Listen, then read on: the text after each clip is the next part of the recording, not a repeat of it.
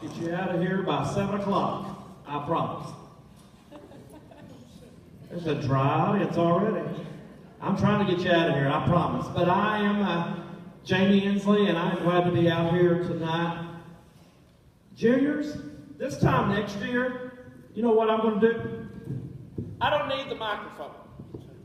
This time next year, juniors, you're going to be getting ready to get out of this building forever. And that is an exciting task for you. Now, the importance of what you're going to get tonight is to make sure you're prepared for that next step. And that next step is going to be different for everyone in this room. The important thing you've got to do and remember is that you've got to do something after you graduate high school. I'm not here to tell you to go to a certain college. I'm not here to tell you to join the military. I'm not here to tell you to go to trade school. I'm here to tell you to go do you and make a mark in this world. But to do that, you got to understand that my options are probably going to cost money. And so I got to understand, what do I have to do to find that money? You've got a lot of work ahead of you in the next year. But you're well on your way to graduating, getting out of this school, and starting your path to success in your own lives. Now, financial aid is not exactly the most fun, exciting topic in the world to talk about. It's just not. But there are some terms and terminology that you'll have to understand to make the process easier for you. And so on the screen behind me, you see a list of some terms that you're going to encounter throughout your financial aid lives. And the financial aid world is full of acronyms. Everything wants to have letters. For some reason, the government wants everything in letters. So the first term that you see says COA, cost of attendance. Every school has a different cost of attendance, and you'll learn a little bit about that in just a second. That's COA, cost of attendance. An important term that you'll hear also is EFC, expected family contribution. That's the number that comes from your FAFSA. That's going to determine need-based eligibility. How much Pell Grant you're to receive. That sort of thing as well. The FAFSA, the free application for federal student aid. Free. Key word, you'll hear that more than once. If you do not know what free means, it means zero. Do not pay for free. If you want to pay someone to do FAFSA, you could pay me with a hamburger, a bottle of water, maybe a Coke. Don't pay to do the FAFSA. The FSAID is an important part of the FAFSA as well. If you have done a FAFSA, parents, if you did a FAFSA within the last, 10 years ago, 5 years ago maybe, there used to be a PIN number that you had to do to sign the FAFSA. The FSAID replaced the PIN number. That is the username and passwords that you, the student, and your parent will create to electronically sign the FAFSA. Very important step in the process. An SAR is the student aid report, which is a summary of your FAFSA. The next thing says grant. Free money based on need. Getting all the grants that you can is a good thing. Scholarship. Free money awarded on the basis of merit, skill, or unique characteristic. Grant, good. Scholarship, good. That other term, gone. Don't want to talk about loan. The greatest thing I tell people to remember, if you bring Grant to your house, Mom, Dad, let Grant in. If you bring Sally Bay, as I like to call her, leave her on the curb. No loans. Work hard to get all the grants and scholarships that you can first. Verification is another term that is a random audit of the FAFSA. They say about 30% of all the FAFSAs get selected for verification. It's a painless process if that happens to you. And finally, work study. That is an opportunity that you may qualify for to get money to work on college campuses, wherever it is you decide to go. Just some brief terms, just to kind of help you get acclimated with what's about to happen. Now, financial aid comes from a variety of different sources. I can't see that, you can't either. It says miscellaneous local money. Scholarships that are within this county, that's one source of financial aid. Counseling office will have application after application for random scholarships throughout Ray County. That's one source. The actual college you're looking to go to, money at that college, based on your grades, based on your ACT, based on the different trustees and funders that they have that offer their scholarships. The federal money based on the FAFSA, that's another source, the Pell Grant. And then, of course, state money, like the Hope Scholarship and other state programs. Very important to remember, your state money's got to stay in Tennessee. You can't take your state money with you somewhere else. So state money that you get through the state of Tennessee obviously stays in Tennessee.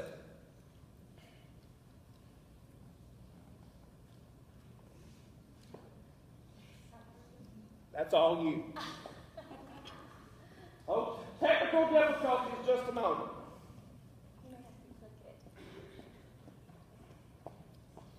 Where's mine? There it is.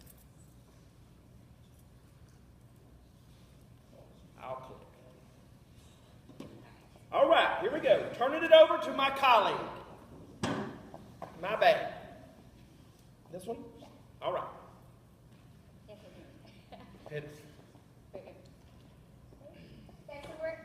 I'm going to cover federal aid. Can you guys hear me okay? I'm going to cover federal aid and state aid. So regardless of where you're planning on going to school, your federal aid, you're going to have to fill out the FAFSA. That is the free application for federal student aid. So in-state, out-of-state, to your institution, for your institution, private school, you'll probably have to fill out that application. Jamie? Just hit enter, it's not working. All right, so free application for federal student aid. Your colleges will use this to determine how much aid they can offer you in scholarships and need-based programs. The state, this is the application for the Hope Scholarship. Tennessee Promise requires that you fill out the FAFSA application, and some private scholarships will require that you fill out the FAFSA application. FAFSA will ask you about basic information, income, assets, how many people are in the family, and how many people will be attending school.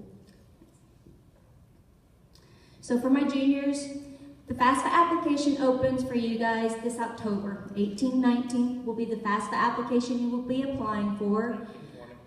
1920. What? 1920. Oh, yes, sorry, 1920. It is the 1920 application. Keep forgetting. It opens October 2018, and you will be applying for the 2019-2020 FAFSA application. So that will be the year that you're in college, the fall and spring that you're in college. FAFSA.gov, it's very important that you go to the right website. Student and parent will create that FSA ID that Mr. Jamie was talking about. It's just a username and password. And then student and parents should be able to use the IRS data retrieval tool that will automatically bring in your taxes into your FAFSA application. All right, again, just watch out for scams because there are some websites like www.fasfa.net or fasfa.com that, go ahead and enter, Jamie. It looks just like this. You'll know that you're at the wrong place when they ask you for money, like a credit card for $99. It's free, guys. Don't pay for the FAFSA application. All right, so it's going to look like this. I'm going to go through a couple of the pages that the FAFSA application actually looks. It looks just like this. This is the right one. But If you do not already have a username or password, you'll create an FSA ID from this page and another page will pop up. When you have your FSA ID, Jamie, you will enter it here and then hit submit. And it'll ask basic information. So you're technically going over 5 separate tabs. You'll go over student demographics, school selection, dependency status, parent demographics, financial information, sign and submit, and then you'll get your confirmation page. If you get stuck on any question, if you're on an active sale, over on the right, it will give you the answer that they're looking for, what format they're looking at. It's pretty easy, it's pretty user-friendly, it can be a little complicated, but basically, it really has some great tips for you guys.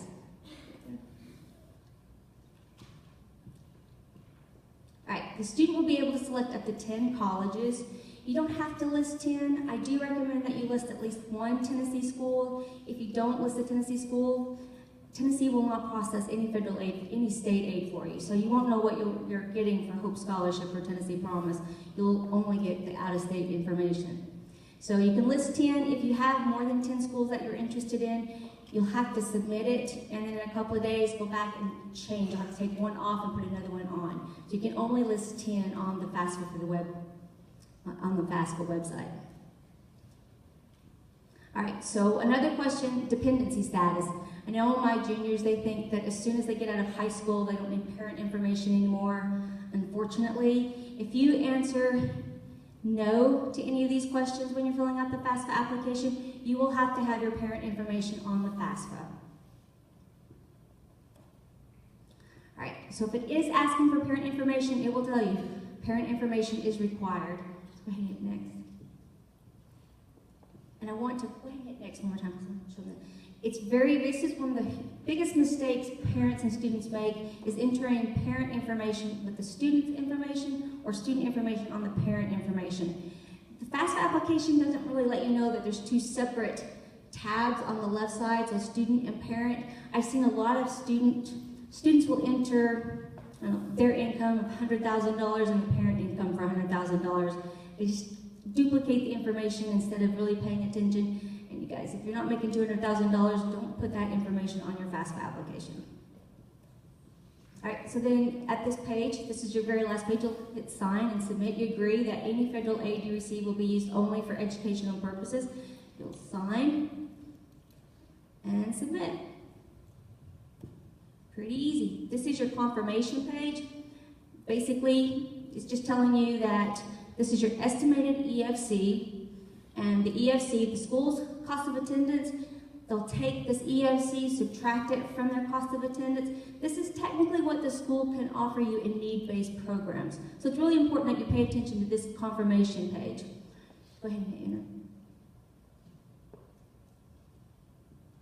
In about 3 to 5 business days, you will receive an actual email saying that your FAFSA application has been processed. You can go back to your FAFSA website and find out all of the information that you provided. If you're flagged for verification, it will be on that information page, as well as the amount of Pell Grant that you could possibly be eligible for. And just make sure if there's any errors, fix them. You can go back and make corrections to your FAFSA. So see, it's so easy, baby can do it. I have to throw that in because that's my grandbaby, so I'm sorry. That's the only way I can make financial aid entertaining and bring Jamie. No, if you guys need help, like Miss Connie said, we do have FAFSA workshops that we can come in and help. Jamie will be here. We can help you guys with the FAFSA application and the process. And then we're going to move on to, well, I'll tell you about how much you could possibly receive for federal aid. The Pell Grant, the maximum amount for the 18-19 award year, we don't have the actual numbers for 19-20 yet, but for 18-19, I don't see that's going to change very much from last year to this year. It's $5,920. So that's the maximum amount a student can receive for federal Pell Grant. And then the FSEOG, this is based on exceptional need, and then your work study. So if you indicate on the FAFSA application that you are interested in work study, some of your institutions will require that you fill out a separate application as well. So just follow up with the college to find out what their requirements are for the work study program. And then my least favorite slide, of course, student loans. You might have to get a student loan, so I understand that. Right now, the 4.45 fixed rate for your subsidized. Your unsubsidized is the same amount, and then your parent plus loan is 7%. So the subsidized, the federal government actually pays your interest while you're in school. The unsubsidized, you'll be paying interest. Right. And maximum amount you can receive in student loans your first year is $5,500.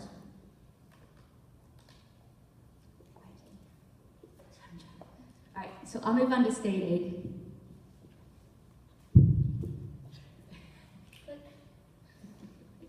All right, so if you're planning on going to a 2-year institution like Rome State, Mississippi State, Cleveland State, Chat State, and when you graduate high school, if you have a 21 ACT or a 3.0 GPA, you have earned this money. You have earned $1,500 a semester at those 2-year institutions. So guys, that's your money. We're not going to run out. You have earned that money. 21 ACT or a 3.0. That's all you need to get the Hope Scholarship. SCAMS, General Assembly Merit Scholarship, and Aspire, these are supplemental scholarships to the Hope Scholarship. If you're eligible for both of these, you would get the higher of the two. GAMS is based on merit, so if the student has a 29 ACT and a 3.75, they could get an additional $500 on top of their Hope Scholarship. And all this information, because I give this information kind of quick, is in your pamphlet, your TSAC pamphlet. So if you're planning on going to a 4-year institution like Carson Newman, Vanderbilt, UT, you can still get Hope Scholarship. Same requirements, 21 ACT or a 3.0 GPA. That's all you have to get the Hope Scholarship. It goes up a little bit because 4-year institutions are a little bit more expensive. So it's $1,750 a semester at those 4-year institutions. GAMS and Aspire, they work the exact same way. Once you reach junior status at that 4-year institution, if you have maintained Hope eligibility the entire time, it goes up to $2,250 a semester. So to keep your Hope Scholarship, we don't actually check your grades until you've attempted 24 credit hours. So we have benchmarks. The first benchmark, 24 credit hours, you must have a 2.75. 48 attempted hours, a 2.75. 72 is a 3.0. And 96 is the same. And I just have to stress this one. This is one of the most important ones. If for some reason you have to drop a class or change your schedule, please talk to the financial aid office to find out how it will impact your aid. It could impact your Hope Scholarship. It will impact your Tennessee Promise. So make sure that for any reason, because I get it, you may be in a class that's not for you, and make sure you understand the rules for dropping any class and how it will impact your scholarship. And your financial aid office, I promise, will work with you. A few other state programs that we have. Walder Navy, $2,000. This is at your TCAT, your Tennessee College of Applied Technology. TSAA, this is the Tennessee Student Assistance Award. This is one program that we do run out of money. So juniors, when you fill out your FAFSA in the fall, please make sure you fill out your FAFSA by February the 1st of every year, because we do run out of this program. This money runs out pretty quick. Even though Governor Haslam did give us a little bit more money for that program, just fill it out before Christmas if you can of every year. And then Ed McWhorter, this is one of my favorite scholarships. The student can receive up to $6,000 at any of our schools in Tennessee. There is a basic requirement. You have to apply separately from the FAFSA application, as well as you have to have a 29 ACT and a 3.5 GPA. But guys, that's just your basic entry scholarship requirements. We only award up to 50 students in the state of Tennessee. Governor Haslam gave us a little bit more money for this program as well. Last year, I think we awarded 170 students. So it's very, very competitive, but it's a great scholarship. $6,000, that'll go a long way at some of your 4-year institutions. All right, so this guy, this is my take a drink of water break. Water break. Sorry. All right, so Governor Haslam. So Governor Haslam in 2014 started the Drive to 55 initiative to get at least 55% of Tennesseans with either an associate's degree or a certificate by the year 2025. So my parents in the room, if you guys want to go back to college, we have a program called Reconnect, where you guys can go back and get an associate's degree or a certificate, and that's in your brochure. But for my seniors in the room, we have the Tennessee Promise program. So